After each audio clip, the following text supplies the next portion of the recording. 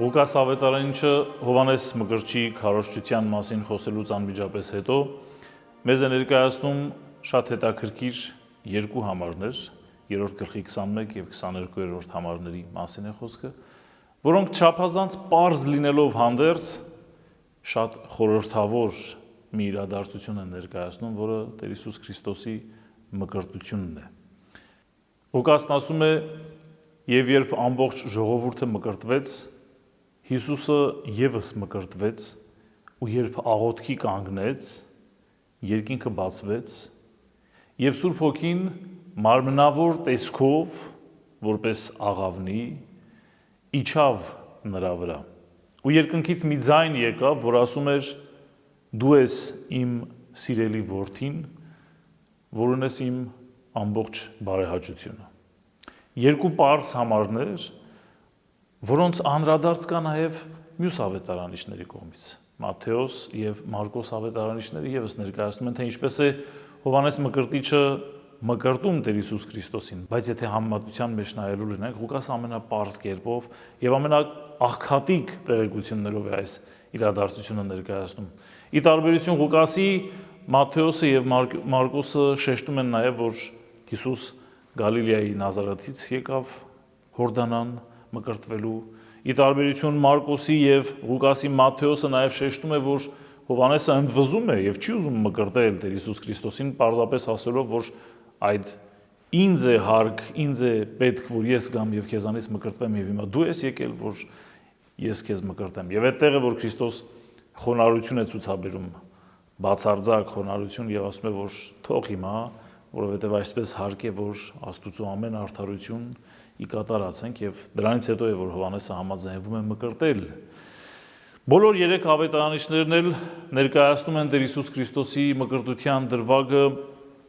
երկինքը բացվելիս, Սուրբ Հոգուն աղավնակերպ Տեր Հիսուս Քրիստոսի վրա իջնելիս,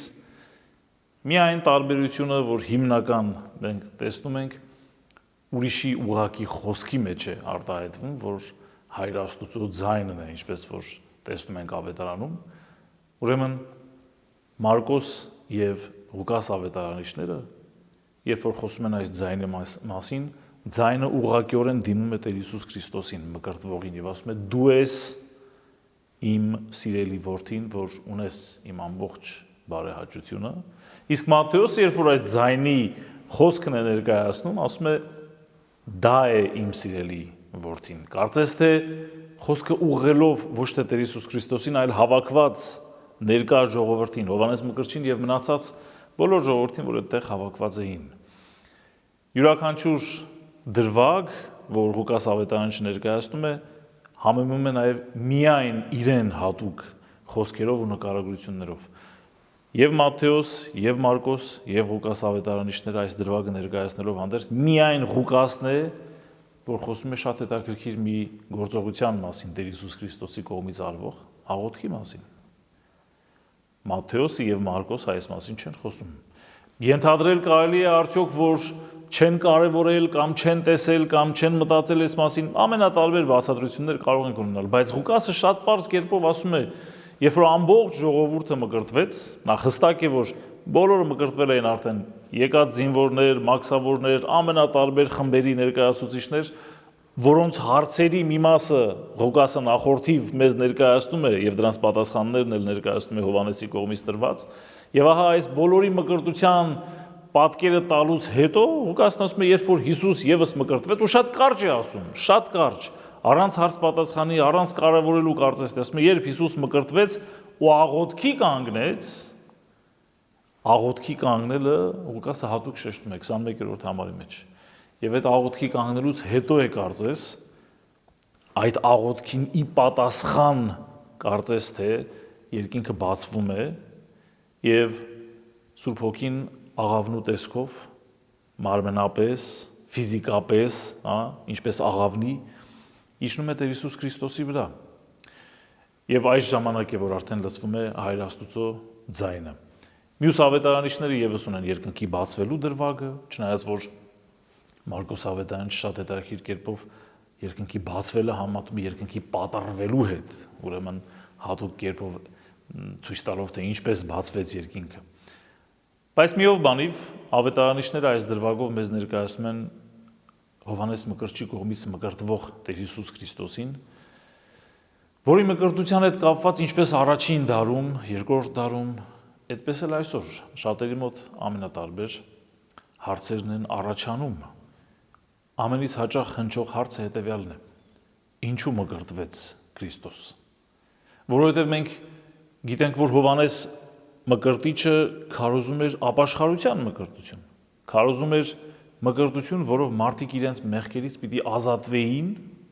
պիտի նախապատրաստվեին Տեր Հիսուս Քրիստոսին հանդիպելու։ Տեր Հիսուս Քրիստոսի գալստյան նախապատրաստության ընթացքը այս ապաշխարության մկրտությամբ էր, եւ Հովհաննեսն ինքն է ասում, նախորդիվ մենք տեսանք, նախորդ հաղորդման մեջ տեսանք, որ Հովհաննեսն ինքն է ասում, որ ինձանից հետո կգա մեկը, որ ձեզ կմկրտի հոգով եւ հրով, ես ձեզ ջրով եմ մկրտում, իսկ ինձանից հետո եկողը Սուրբ Հոգով եւ հրով է մկրտելու։ Ուրեմն որն է պատճառը, որ Տեր Հիսուս Քրիստոս մկրտվեց։ Հատկապես որ ավետարանից մենք առաքելական թղթերից ամենատարբեր հատվածներից Նոր Գտակարանում մենք տեսնում ենք, որ Քրիստոս մեղք չուներ։ Բացեք Եբրայեցիների թղթի 4-րդ գլխի 15-րդ համարը, որտեղ խոսվում է քահանայապետի մասին, որը մեղք չուներ։ Այո, Քրիստոս վերցրեց մարդկային բնությունը, Քրիստոս մարդ դարձավ, մարդ եղացավ, մարդուն յուրահատուկ, մարդուն հատուկ ամեն ինչ իրենը դարձրեց, բացի մեղքերից, որտեղ Քրիստոս մեղք չգործեց։ Հետևաբար, եթե մեղք չուներ Քրիստոս, ինչու եկավ ու մկրտվեց։ Հետաքրքրական է, որ առաջին դարի, առաջին երկրորդ դարերի պարականոն ավետարաններ կան, որ մեզ ներկայացնում են, թե Քրիստոս մկրտվեց, որովհետև նրան ստիպեց Մարիամ Աստվածամայրը եւ իր եղբայրները ստիպեցին, եղբայրներն ու քույրերը ստիպեցին, որ ինչպես որ հարկն է, ինչպես որ կարգն է, սովորությունն է, պետք է պահես։ Դրա համար եւ Քրիստոս նույնիսկ այդ պարականոն գրվածքի մեջ դրվագ կա, որ Քրիստոս ասում է, բայց ես մեղք չեմ գործել, ինչու պիտի գնամ եւ մկրտվեմ։ Անշուշտ եկեղեցու հայրերը պարականոն այս գրվածքներին կարևորություն չեն տվել, բայց ուզում եմ նշել, որ նույնիսկ պարականոն գրությունների մեջ մարդիկ փորձել են պատասխանը գտնել, ինչու Քրիստոս մկրտվեց, եթե մեղք չուներ։ Ուրեմն ամենատարբեր բացատրությունները կան, բայց ամենակարևորը թերևս այն է, որ նախ Քրիստոս մկրտվեց ցույց տալու համար, որ ինքը մկրտության համար Հովհաննես Մկրտչի մոտ եկած մարդկանցից մեկն էր։ Այսինքն Քրիստոս ոչ թե մեղավոր լինելու հանգամանքն էր ցույց տալիս սրանով, այլ իր խոնարհությամբ ցույց էր տալիս, որ այդ հավաքված մարդկանցից մեկն է։ Ամենատարբեր առիթներով Մարկոսի ավետարանի մեր հաղորդաշարի ընթացքում բազում տեղերում ես շեշտել եմ եւ մեկ անգամ եւս ուզում եմ հիշեցնել Հովհաննես Ոսկեբերանի ամենահայտնի խոսքերից մեկը Տեր Հիսուս Քրիստոսի մարդեղացման մասին, որտեղ Հովհաննես Ոսկեբերանն ասում է. Աստուծո որդին եղավ այն, ինչ որ չէր, մնալով այն, ինչ որ էր։ Տեր Հիսուս Քրիստոս մարդ եղացավ, մարդ դարձավ, մարդկային բնությունը վերցրեց, որ երբևէ չուներ, մինչև ծնունդը, մնալով այն, ինչ որ էր, մնալով Քրիստոս, մնալով Աստուծո որդի, ինչպիսին որ էր եւ է հավիտենապես։ Տեր Հիսուս Քրիստոս Աստվածամարդ լինելով եկավ եւ Հովհաննես Մկրտչի կողմից մկրտվեց եւ ոչ թե պարականոն մեկ այլ տեսակետի համաձայն Հիսուսն էր, որ այդ պահին մկրտվում էր եւ Սուրբ Հոգու տեսքով Քրիստոս իջավ իր վրա ու ինքը դարձավ Աստուծո որդի։ Ուրեմն եկեղեցու հայրերը Իրինեոս Լիոնացուց սկսած ամենատարբեր ջատագովներով, ուրեմն բոլորը պայքարել են այս գաղափարների դեմ եւ շեշտել են, որ երբևէ Քրիստոս մկրտությամբ չէ, որ դարձավ Աստուծո որդի։ Քրիստոս միշտ էր, է եւ պիտի լինի հավիտենապես Աստուծո որդի։ Պարզապես ժամանակի մեջ այո, մարդ եղացավ եւ հավաքված մարդկանցից իրեն չզատելու, չառանձնացնելու համար եկավ ու մկրտվեց, նաեւ բացառիկ խոնարհություն ցույց տալով բոլոր հավաքվածների համար։ Քրիստոս ցույց տալով իր մկրտությամբ, որ հավաքվածներից մեկն է, ժողովրդից մեկն է, կարևորելով, որ մկրտությունը անհրաժեշտ պայման է Աստուծո արքայության ճանապարհը բռնելու համար, միևնույն ժամանակ ինքը հետո սկսեց մկրտել եւ սովորեցրեց եւ իր աշակերտներին պատգամ տվեց մկրտելու արդեն ոչ թե պարզապես մեղքերի քավության համար, ապաշխարության համար, այլ երկնքի արքայություն մուտք գործելու համար, որովհետև այստեղ պարզ հարց է առաջանում Հովհաննես Մկրտչի եւ Տեր Հիսուս Քրիստոսի կողմից Տեր Հիսուս Քրիստոսի բերած մկրտության տարբերության վերաբերյալ։ Որն է տարբերությունը Հովհաննեսի եւ Հիսուս Քրիստոսի բերած մկրտությունների։ Տարբերությունը շատ պարզ է։ Հովհաննեսը մեղքերի քավության, ապաշխարության մկրտություն բերեց, Տեր Հիսուս Քրիստոս որդեգրության մկրտությունը բերեց մկրտություն, որով մեկը դառնում է Աստծուն որդեգիր, դառնում է Քրիստոսին ժառանգակից, Սուրբ Հոգու տաճար, ինչպես որ Հովհաննեսի ավետարանի 3-րդ գլխում պիտի տեսնենք Նիկոդեմոսի եւ Տեր Հիսուս Քրիստոսի հանդիպման եւ զրույցի մեջ, որտեղ որ Նիկոդեմոսը զարմանում է, թե ինչպես կարող է մեկը վերստին ծնվել, որտեղ Քրիստոս ասում է, եթե մեկը վերստին չծնվի, երկնքի արքայությունը չի մտնի, ապա մասնավորեցնում է, եթե մեկը հոգուց եւ ջրից չծնվի, չի կարող երկնքի արքայություն տեսնել, ժառանգել, մուտք գործել այդ արքայությունը։ Ուրեմն տարբերությունը Հովհաննեսի եւ Հիսուսի բերած մկրտությունների այս էր։ Հիսուս բերեց որդեգրության, հավիտենական կյանք մուտք գործելու, Աստծո արքայության ժառանգորդ դառնալու կարողությունը իր մկրտությամբ, ի տարբերություն Հովհաննեսի։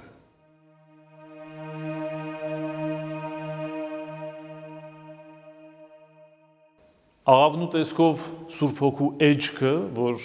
մեր եկեղեցական պատկերագրության մեջ, մանրանկարչության մեջ լայնորեն կիրառվում է եւ տարածված է, պարզության եւ մաքրության խորհրդանիշն ունի, ինչպես նաեւ խաղաղության, որովհետեւ աղավնին եւ սրբության եւ խաղաղության օրինակն է։ Ուրեմն այս է պատճառը, որ Սուրբ Հոգու էջքը աղավնու տեսքով եւ ինչպես Ղուկաս ավետարանիչն է ասում, մարմնապես աղավնու տեսքն ուներ, աղավնու կերպարանքով Սուրբ Հոգին իջնում է Տեր Հիսուս Քրիստոսի վրա։ Դրանով նաև Աստուծո համաձայնությունը, Հայր Աստծո համաձայնությունը ցույց տալով իր որդու գործունեության սկզբի, որովհետև մկրտությունը սկիզբն էր Տեր Հիսուս Քրիստոսի երկրավոր առաքելության, տնօրինության, այսպես կարող ենք ասել։ Անշուշտ Ղուկասը ի տարբերություն մյուս ավետարանիչների մեզ մինչև այս դրվագը բազում իրադարձություններ է ներկայացրել, որ մյուս ավետարանիչները չունեն։ Հիշում ենք Զաքարիայի տաճարում հրեշտակի հետ հանդիպումից սկսած, Եղիսաբեթի Մարիամի հանդիպումով, տարբեր օրհներգություններով, տաճարին ընծայման դրվագով, Մանուկ Հիսուսի տաճարում վարդապետների հետ զրույցի դրվագով, այս բոլոր դրվագները միայն Ղուկասն է մեզ ներկայացնում։ Բայց միևնույն է, Տեր Հիսուս Քրիստոսի երկրավոր առաքելությունը, տնօրինությունը, այսպես ասած, սկսվում է այս առաքելությունը մկրտությունից, որտեղ մկրտությունից հետո է, որ հանդես է գալիս Գալիլեայում եւ Գալիլեայից դուրս իր բերած բարի լուրը ավետարանը քարոզելով։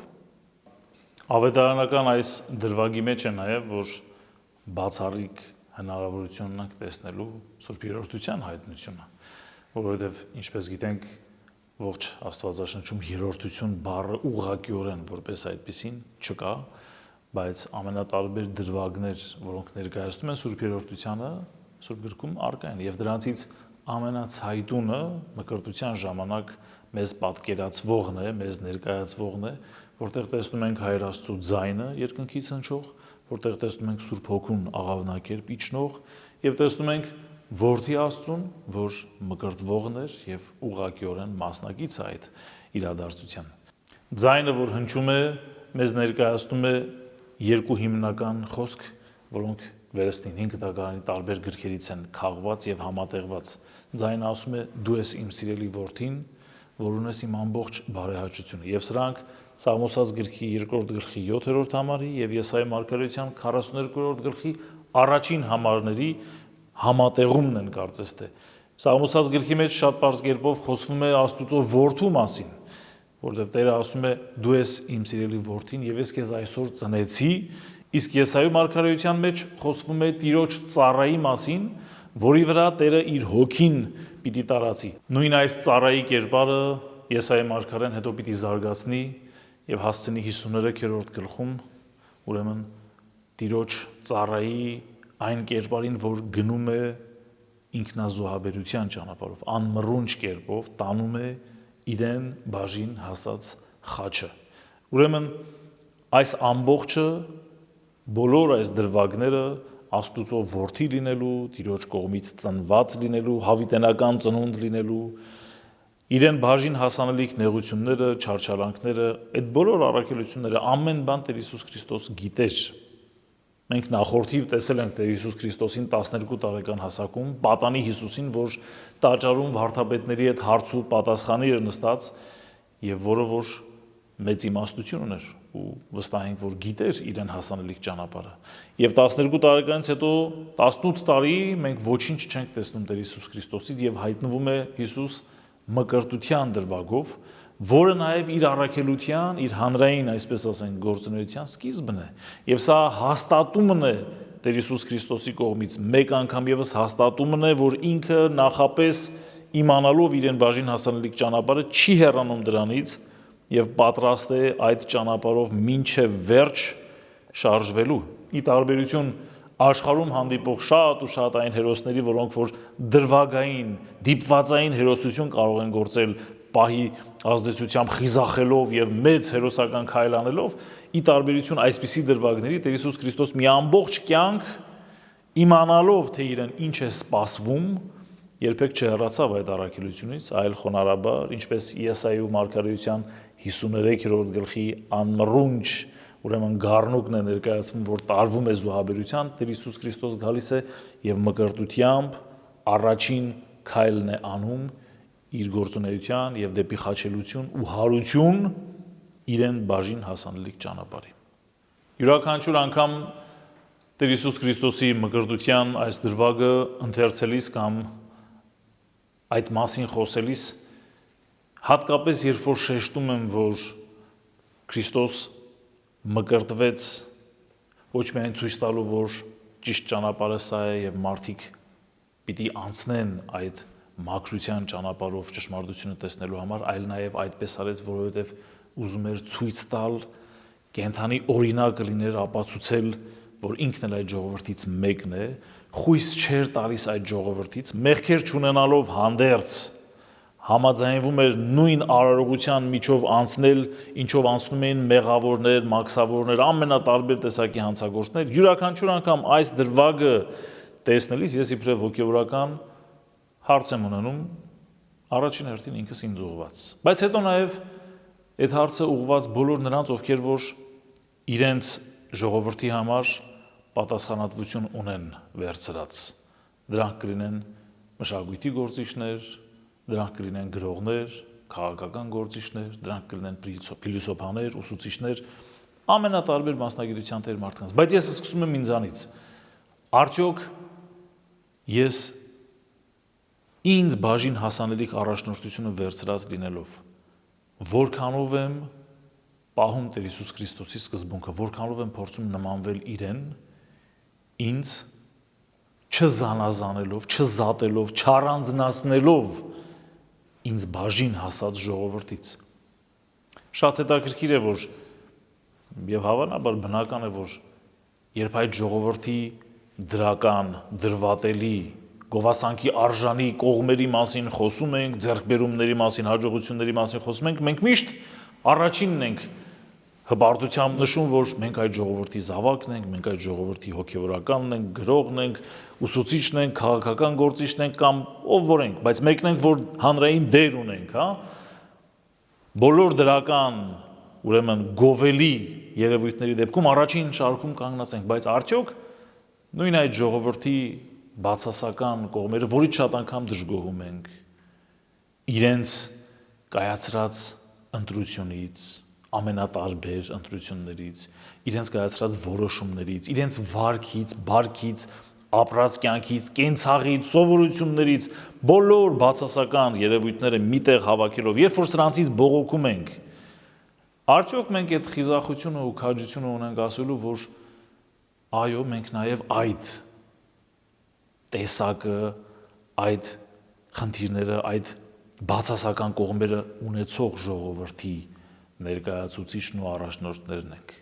մարդիկ, ովքեր որ այդ իրավիճակում եւս գտնվող ժողովրդի պատասխանատուներն են։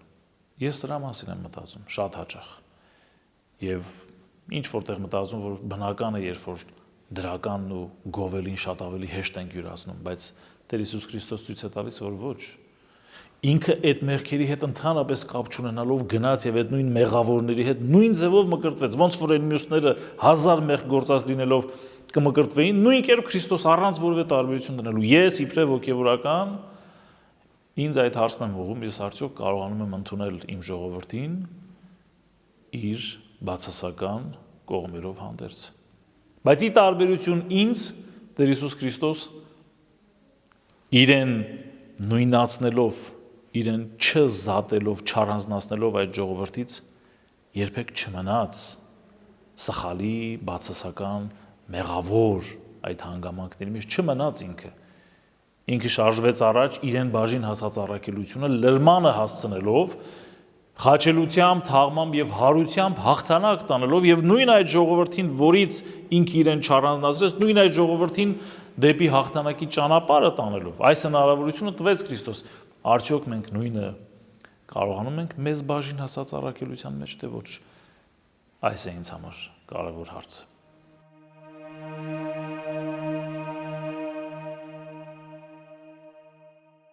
Տեր Հիսուս Քրիստոսի մկրտության դրվագից անմիջապես հետո Լուկասի ավետարանի 3-րդ գլխի 23-րդ համարից սկսած մենք կարդում ենք մի երևույթի մասին, մի տեքստ ենք կարդում, որ այսօրվա ընթերցողին առանձնապես հետաքրքիր չէ եւ դրա կարևորությունը շատ-շատերը չեն էլ հասկանում, բայց ավետարանում զետեղված է, ուրեմն կարևոր է։ Մենք կարդում ենք սերնդաբանության մասին։ Մատթեոս ավետարանը չի իր առաջին գլխում ավետարանի հենց սկիզբը այդպես է սկսում գիրք ազգաբանության կամ սերնդաբանության Տեր Հիսուս Քրիստոսի։ Ղուկասը ազգաբանությունը սկզբից չի դնում, այլ այսքան դրվագներից, դեպքերից, մկրտությունից հետո նոր խոսում է սերնդաբանության մասին, բայց մինչ բուն սերնդաբանությանը դառնալը Ղուկասը հետաքրքիր մի տեղեկություն է փոխանցում մեզ, որ մյուս ավետարանիչները այս մասին չեն խոսում, վերստին։ Ղուկասն ասում է Եվ Հիսուս շուրջ 30 տարեկան էր, երբ սկսեց իր գործունեությունը Գալիլեայում։ Ուրեմն 30 տարեկան Հիսուսի գործունեությունը սկսելու մասին Ղուկաս ավետարանիչն է, որ մեզ տեղեկություն է փոխանցում։ Ինչու 30, որովհետև հրեական միջավայրում ընդունված էր, որ տղամարդը մինչև 30 տարեկան իր տան գործերով, իր ծնողների ձեռքի տակ պիտի լիներ, իր հոգսերը պիտի հոգար ընտանեկան, եւ 30-ից հետո է որ հանրային ծավալուն գործունեություն կարող էր ծավալել որևէ մեկը ամենատարբեր իրավիճակներում եւ Հիսուս չի մերժում նաեւ այս սովորությունը եւ այստեղ էլ հետաքրքրական բան կա էլի խոնարհության հանգամանք կա որ Քրիստոս իմանալով թե ինքը ով է եւ ինչ առաքելություն ունի երբեք ժամանակից առաջ չընկավ երբեք դափնիներ կամ փառահեղ շքեղ զգեստներ ու աթոռներ ու իշխանություն չփնտրեց այլ ապրեց հյուսնի կյանքով Պարզ հյուսնի կյանքով, որը իր տան հոգսն էր հոգում ընդամենը, որովհետև նույն ավանդությունը եկեղեցական ասում է, որ Հովսեփը շուտ է մահացել, եւ տան հիմնական անելիքը Տեր Հիսուս Քրիստոսի պատանի եւ ապա երիտասարդ Հիսուսի ուսերին էր, որ իր հոր, երկրավոր իր հոր արհեստն ու արվեստն էր սովորել հյուսնությունը։ Ի տարբերություն Մատթեոս ավետարանչի, Ղուկաս ավետարանիչը Տեր Հիսուս Քրիստոսի սերնդաբանությունը սկսում է Հովսեփից շեշտելով հետևյալը Ղուկասն ասում է եւ ինչպես կարծում էին նրա հայրը Հովսեփն էր նա որդին էր Հովսեփի եւ Հովսեփը որդին էր Հակոբի Հակոբը որդին էր Հեղիի ու այդպես հետ գնալով Հովսեփից հետ գնալով հասնում է մինչև Սեթ մինչև Ադամ մինչև Աստված Եվ ուղիղ կերպով ցույց է տալիս, որ Հիսուսը, որ որդին էր Հովսեփի, մինչև Աստծուն հասցնելով, ուզում է ասել, որ Հիսուսը որդին է Աստուծո։ Շատ հետաքրքրական այս հանգամանքը կա։ Մատթեոս ավետարանիչը ոչ թե Հովսեփից է գնում դեպի հետ,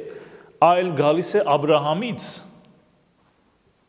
Ղուկասը Աբրահամից էլ հետ է գնում մինչև Սեթ, Ադամ, մինչև Աստված հասնելով։ Մատթեոսը սկսում է Աբրահամից եւ 3 հիմնական մասերի է բաժանում Տեր Հիսուս Քրիստոսի սերնդաբանությունը։ Աբրահամից մինչև Դավիթ, Դավիթից մինչև Բաբելոնի գերություն, Հեքոնիա եւ ապա Բաբելոնի գերությունից մինչև Հովսեփ եւ այնտեղ էլ Մատթեոսը աստվածային նախախնամությամբ շատ զգուշավոր կերպով նաեւ ասում է եւ սա ունեցավ Հովսեփին, որի նշանածն էր Մարիամը, որ եւ ծնեց Հիսուսին։ Այսինքն կարծես թե մի տեսակ զգուշավոր լինելով, որ Հովսեփը չէր ծնողը, հա, ցույց տալով նաև այն, որ ինքը գիտեր, ինքը մտածում էր, որ Աստուծո որդու մասին է խոսքը եւ Հովսեփը պարզապես երկրավոր առաքելություն ուներ Տեր Հիսուս Քրիստոսի կյանքում։ Ուրեմն տարբերությունը, առաջին տարբերությունն այս է. Մատթեոսը սկսում է Աբրահամից գալիս մինչև Հիսուս, Ղուկասը սկսում է Հիսուսից հասնում մինչև Աստված։ Միակ տարբերությունը սա չէ, եթե ուշադիր ընթերցենք, կտեսնենք, որ նաև սերնդաբանության մեջ Դավիթ թագավորի եւ իր երկու որդիների անուններն են տարբերվում։ Մատթեոս ավետարանիչը Դավթի եւ ապա Սողոմոնի մասին է խոսում, իսկ Ղուկասը խոսում է Դավթի եւ իր մյուս որդու Նաթանի մասին։ Նաթանի միջոցով է ճանապարհը տանում դեպի Աստված։ Ուրեմն հիմնական բացատրությունը, որ այս տարբերության վերաբերյալ կա, այն է, որ Ղուկաս ավետարանիչը մայրական կողմով է գալիս եւ Մարիամը Նաթանի շարավիղներից մեկն էր, իսկ Մատթեոս ավետարանիչը հայրական կողմով էր գնում, որովհետեւ Հովսեփը Սողոմոնի շարավիղներից մեկն էր։ Բացատրությունն այս է, բայց միով բանիվ բացատրության տարբերությունների խնդիրների մեջ խճճվելու հարց չկա, կարևորություն կա մեկ բանի, պետք է հասկանալ ինչու էր այս ազգաբանությունը ներկայացվում։ Ազգաբանությունը ներկայացվում էր, որովհետեւ որևէ մեկը, որ հրեական կյանքում կարևոր դեր պիտի ստանձներ, հատկապես եթե քահանայության պիտի կոչվեր, հատկապես եթե կրոնաքաղաքական առաջնորդի դեր պիտի տաներ, իսկ ընդհանրապես եթե մեսիա լինելու, ուրեմն որևէ նշույլ կար այդ մարդու հետ կապված, որ կարող է պատահի սա մեսիան է, ուրեմն պետք է ապացուցվեր իր ազգային պատկանելությունը ամենայն մանրամասնությամբ։ Մենք 5 տականում Եզրասի գրքում Նեհեմիայի մոտ մենք հստակ տեսնում ենք դրվագներ, երբ որ քահանաներ